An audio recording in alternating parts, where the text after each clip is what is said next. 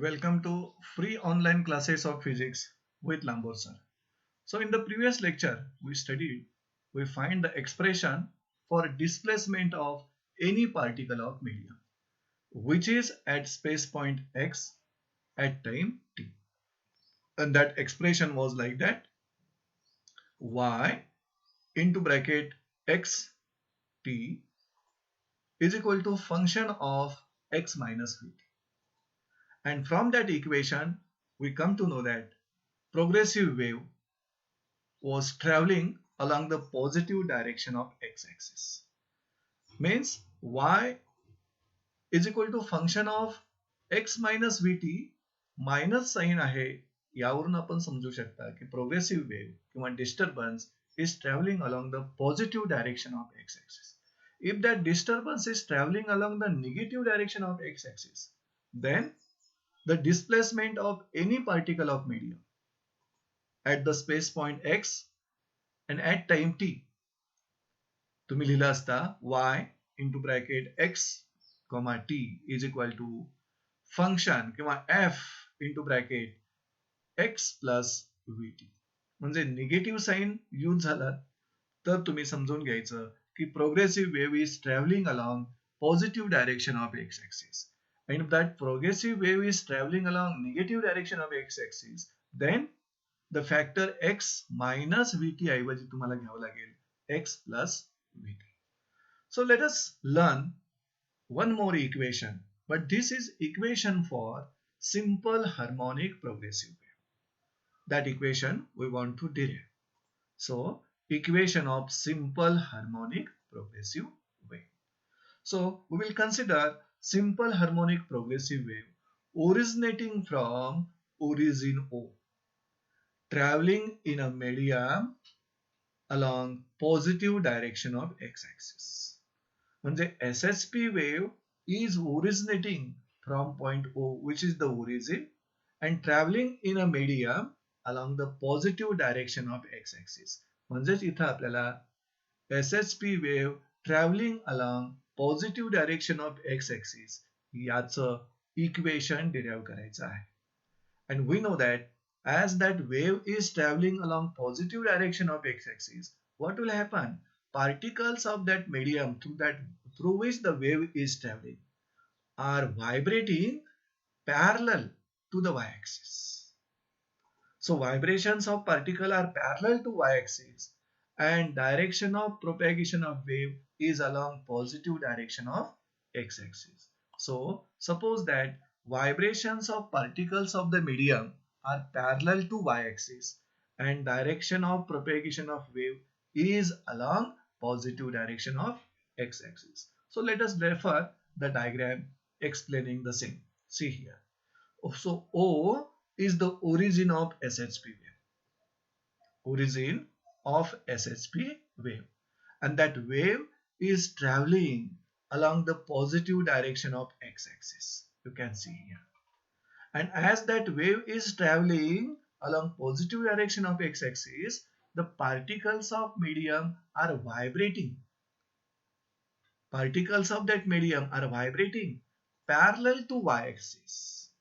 म्हणजे व्हायब्रेशन्स जी पार्टिकलचे आहेत ती वाय ऍक्सिसला पॅरलल आहेत. त्यामुळे पार्टिकलचं डिस्प्लेसमेंट तुम्ही y न रिप्रेझेंट करणार आहात. So in this diagram, this y what represents the displacement of each particle from mean position. म्हणजे y हा जर तुम्ही लेटर यूज केलात तर y coordinate represent displacement of each particle of the medium from mean position. And what x represent?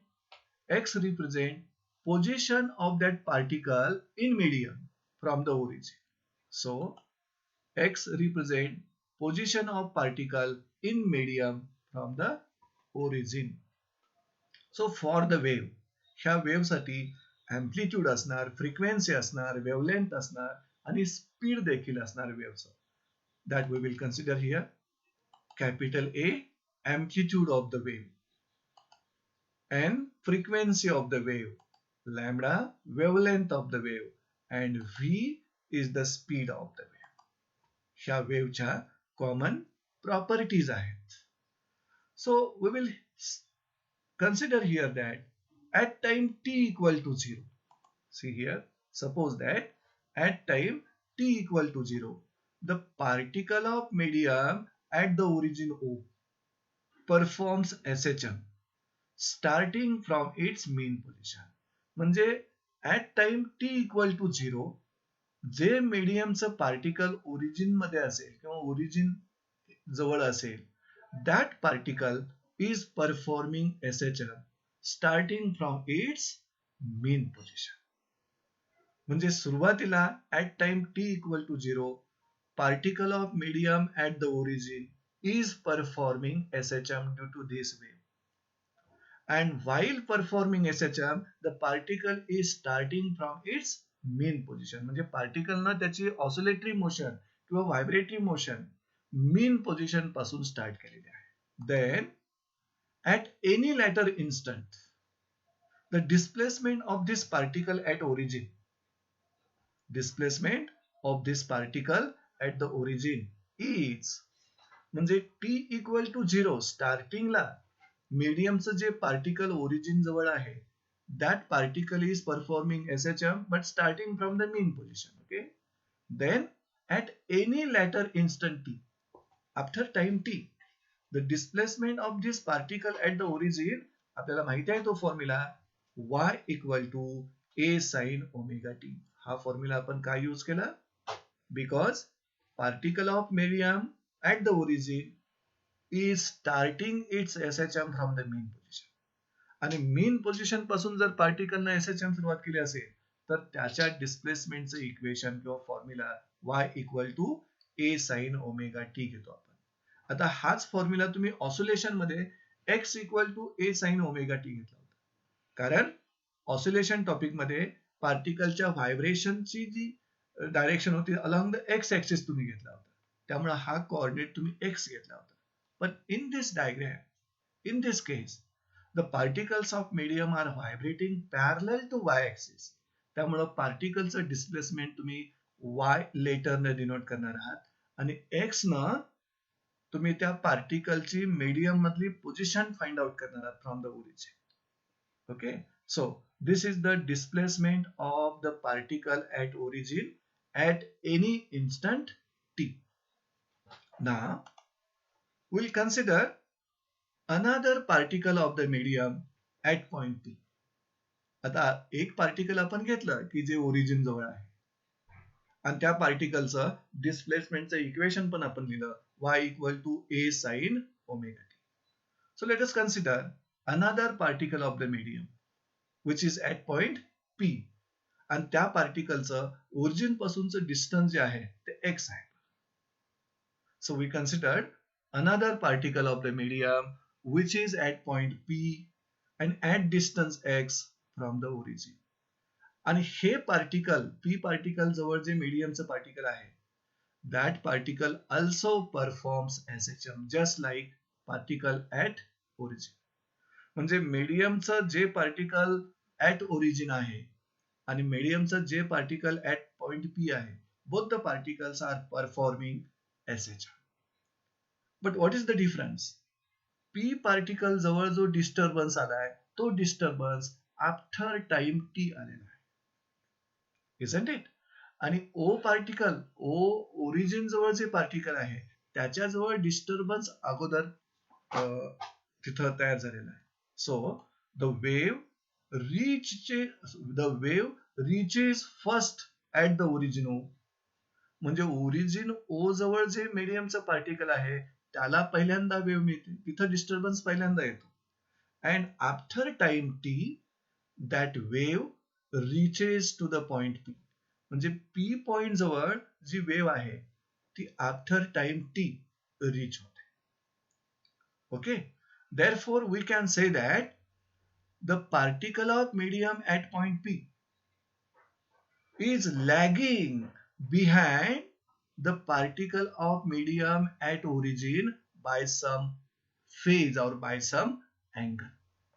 So therefore the particle of medium at point P will lags behind the particle of medium at origin O by phase angle delta. याचा अर्थ असा होतो की wave सुरुवातीला O point जवळ reach झालेले आहे आणि after time t that wave is reaching at point P. म्हणजेच particle at point P is lagging behind the particle at the origin O by phase delta. म्हणजे P पॉइंट जवळ जे disturbance reach झालेलं आहे ते काही वेळेनंतर रीच झालेलं आहे. डिस्टर्बन्स म्हणजे वेव्ह जी रीच झालेली आहे that reaches after time T. मग ह्याचा मिनिंग असा आपण घ्यायचा, the particle at point P will lags behind the particle at origin O by the phase delta.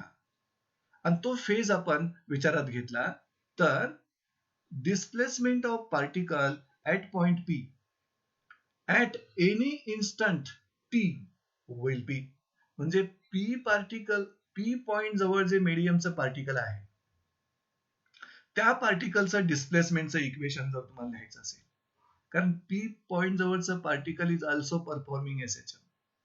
पण प्रॉब्लेम काय झालाय पहा, P पार्टिकल जवळ जे डिस्टर्बन्स रीच झालेलं आहे ते after time t that disturbance reaches at point P. त्यामुळं P पॉइंट जवळचं particle is lagging behind the particle at point O by phase delta. त्यामुळं displacement of particle P at any instant t ते आपण कसं लिहू शकतो पहा, displacement y equal to a sine omega t minus delta. आता इथं मायनस डेल्टा घेतला याचा अर्थ this much amount of phase angle is lagging behind the particle at P. म्हणजे पी जवळचं जे मीडियमचं पार्टिकल आहे त्या पार्टिकल जवळ जो वेव रीच होणार आहे ती wave after time T reach होते. मग त्यावेळी ह्या दोन पॉइंट मधला जो फेज डिफरन्स आहे तो फेज डिफरन्स म्हणजे delta. So where delta is the phase difference between the particles at point O and at point P. म्हणजे ओ पॉइंट जवळचा जर फेज अँगल 0 असेल तर पी पॉइंट जवळचा फेज अँगल तुम्ही डेल्टा घेतला आणि या दोन पार्टिकल मधला जो फेज डिफरन्स आहे, फेज अँगल मधला जो डिफरन्स आहे तो तुम्ही डेल्टा घेतलेला. So once again, I will explain this concept once again. What happens? The waves are originated at point O, isn't it? And that wave is traveling along the positive direction of x-axis. Due to this, the wave reaches first at the origin O. And after time t, that waves reaches at the point P. म्हणजेच काय होतं पहा, the particle at point P will lags behind the particle at the origin O by certain angle, by certain phase delta. त्यामुळं P point जवळ जे मीडियमचं particle आहे त्याचं displacement of particle at point P at any instant t will be written like this, y equal to a sin omega t minus delta.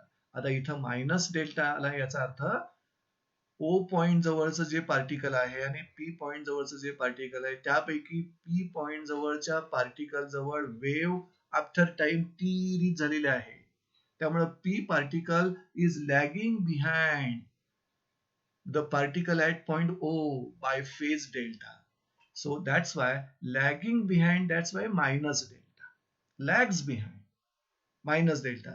जर लिडिंगला असतं म्हणजे P particle जवळ wave अगोदर रीच झाली असती आणि ओ पार्टिकल जवळ नंतर रीच झाली असती तर P particle will be leading the particle at point O. मग तुम्ही इथं प्लस साइन घेतलं असतं. ज्या इक्वेशन 1 मध्ये delta gives you phase difference between the particles at point O and particle at point P. आणि आपल्याला माहिती आहे जर वेव्हनं लॅम्बडा एवढं डिस्टन्स कव्हर केलं तर त्यावेळी वेव्हनं डिस्क्राईब केलेला जो काय फेज आहे तो 2π असतो. म्हणजे path of lambda, when wave travels path of lambda that time wave covers phase of 2π. See here since a path difference of lambda corresponds to phase difference of 2 pi. म्हणजे ज्यावेळी wave lambda एवढा path difference travel करेल त्यावेळी वेव्हनं phase difference जो cover केला असेल तो 2 पाय. त्यामुळे आपण इथे लिहू शकता सिन्स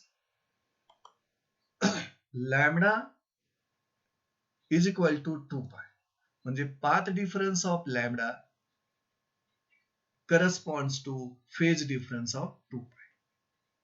याचा मिनिंग असा होईल when wave travels a path of lambda that time wave covers phase difference of 2 pi. मग आपल्याला आता इथं फाइंड आउट करायचं आहे पी पॉइंट पर्यंत वेव्ह न जो पाथ ट्रॅव्हल केलेला आहे तो एक्स.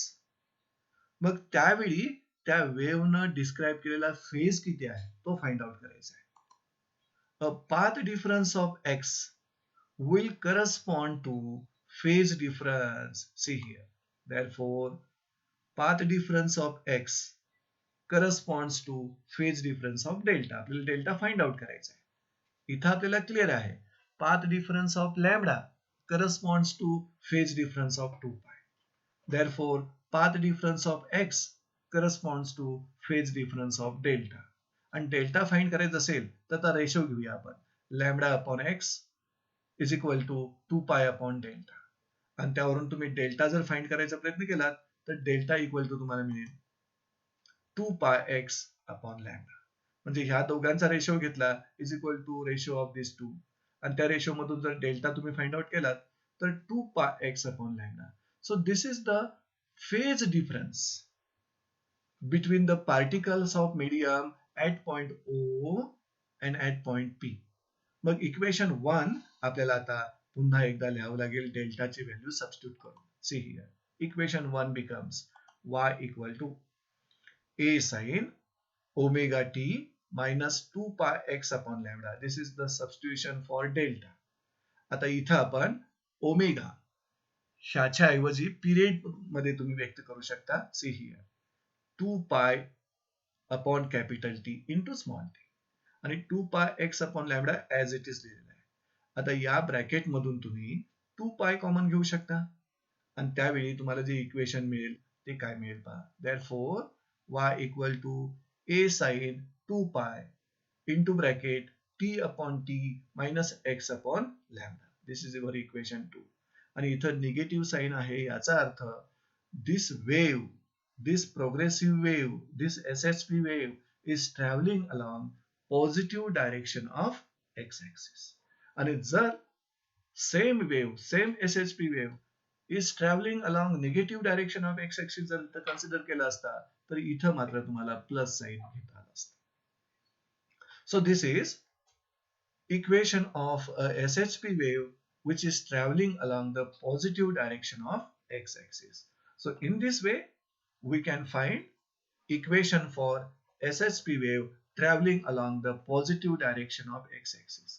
आणि जर आपल्याला SHP wave traveling along negative direction of x-axis चं इक्वेशन घ्यायचं असतं तर फक्त इक्वेशन 2 मध्ये इथं प्लस साइन आपल्याला लिहावं लागलं असतं. So this is about the equation of simple harmonic progressive wave which is traveling along positive direction of x-axis. आता या इक्वेशनचे SHP वेव्हच्या इक्वेशनचे डिफरंट फॉर्म्स आपण अजून स्टडी करू शकतो. See here different forms of equation of SHP wave. So equation of SHP wave traveling along the positive direction of x-axis आताच आपण डिराइव्ह केलं y equal to a sin 2 pi t upon t minus x upon lambda. आता या equation मध्ये 1 upon t म्हणजे reciprocal of period equal to frequency तुम्ही substitute करू शकता आणि दुसरा फॉर्म मिळवू शकता. See here if n is the frequency of wave then frequency equal to reciprocal of period. त्यामुळं इथं रेसिप्रोकल ऑफ पिरियड म्हणजे फ्रिक्वेन्सी सबस्टिट्यूट केला तर या इक्वेशनचा बदललेला फॉर्म तुम्हाला इथे लिहिता येईल. See here therefore y equal to a sin 2 pi a पहा इथं n t minus x upon lambda. This is equation 3. म्हणजे हा SHP वेव्हच्या इक्वेशनचा आणखी एक तुम्हाला फॉर्म मिळाला. आता ह्यामध्ये पुन्हा आपण चेंजेस करू शकतो. See here therefore y equal to a sin 2 pi n. काय केले पहा आपण या पूर्ण ब्रॅकेट मधून n कॉमन काढले, पण इथं n आहे, पण इथं n नसल्यामुळं ह्याच्या डिनॉमिनेटरला n न मल्टिप्लाय करावं लागलं. So if you take n common from the complete bracket, then here will remain only t minus x upon n lambda. आणि आपल्याला सर्वांना माहिती आहे relation between speed, frequency and wavelength of wave. What is that relation? V equal to n lambda, speed of the wave. म्हणजे इथं तुम्ही v substitute करू शकता. See here. Therefore y equal to a sin 2 pi n t minus x upon v. आता आपण v हा denominator common घ्यायचा असेल तर या इक्वेशन मधला बदल कसा होईल? But n equal to v upon lambda, इथूनच या इक्वेशन वरूनच घेतला तुम्ही v equal to n lambda ना, मग n equal to v upon lambda म्हणजे इथं या इक्वेशन मध्ये तुम्ही n ऐवजी v अपॉन लॅम्बडा सबस्टिट्यूट करू शकता. See here y equal to a sin 2 pi upon lambda vt minus x. म्हणजे काय केलं आपण इथं n ची value v upon lambda substitute केला तर 2 पाय अपॉन लॅम्बडा शिल्लक राहिलं आणि v न पूर्ण ब्रॅकेटला मल्टिप्लाय केलं त्यावेळेला इथं vt आलं मायनस इथलं v कॅन्सल झालं मायनस x शिल्लक राहिलं. So this is second form of equation of SHP wave which is traveling along positive direction of x axis. आणखी एक फॉर्म तुम्हाला मिळेल, इथं सबस्टिट्यूट आपण करणार आहात हे 2 पाय अपॉन लॅम्बडा न पूर्ण ब्रॅकेटला मल्टिप्लाय करूया. See here a sin 2 pi upon lambda vt as it is minus 2 पाय x अपॉन लॅम्बडा. आता इथं आपण 2 पाय अपॉन लॅम्बडा ऐवजी सबस्टिट्यूशन करू शकता किंवा v अपॉन लॅम्बडा, हे पहा v अपॉन लॅम्बडा ऐवजी n सबस्टिट्यूट केला तर तुम्हाला मिळेल 2 पाय n. See here 2 pi upon lambda, इथं v आहे ना, v अपॉन लॅम्बडा ऐवजी तुम्ही n सबस्टिट्यूट केला आणि 2 पाय n is nothing but omega, त्यामुळे पूर्ण 2 पाय v अपॉन लॅम्बडा ऐवजी तुम्ही ओमेगा सबस्टिट्यूट करू शकता. See here therefore y equal to a sin omega t minus ही जी टर्म आहे ऍज इट इज तुम्ही लिहिलेली आहे 2 पाय x अपॉन लॅम्बडा. आता इथला बदल जो होईल तो काय पहा, in this case the quantity 2 pi upon lambda is equal to k which is called as the propagation constant. 2 pi upon lambda या रेशोला तुम्ही k न डिनोट करणार आहात आणि तुम्ही म्हणणार आहात propagation constant of the wave. आणि मग इथं जर k सबस्टिट्यूट केला तर ह्या इक्वेशनचा फॉर्म बदलेल. C here therefore y equal to a sin omega t minus kx. So this is the third form of the equation of SHP wave. So equation 3 is the first form, equation 4 is the second form, and equation 5 is the third form of the equation of SHP wave which is traveling along positive direction of x-axis. आता जर आपल्याला हीच equation SHP वेव्हची for the wave travelling along negative direction of x-axis लिहायचं असतं तर प्रत्येक equation मध्ये मायनस साइन ऐवजी आपण प्लस साइन लिहून इक्वेशन लिहू शकता. So you must remember that if the wave is traveling along negative direction of x-axis, then the equation of the SHP waves are, see here, this is the first equation जे आपण derive केलं होतं, इथं minus sign होती पण plus sign का, because the wave is traveling along negative direction of x-axis, that's why the plus sign. So the different forms of that equation आपण आता लिहू शकता. See here, this was the first form, plus sign घेऊन लिहिला. This was the second form, इथं plus sign घेतला, and this was the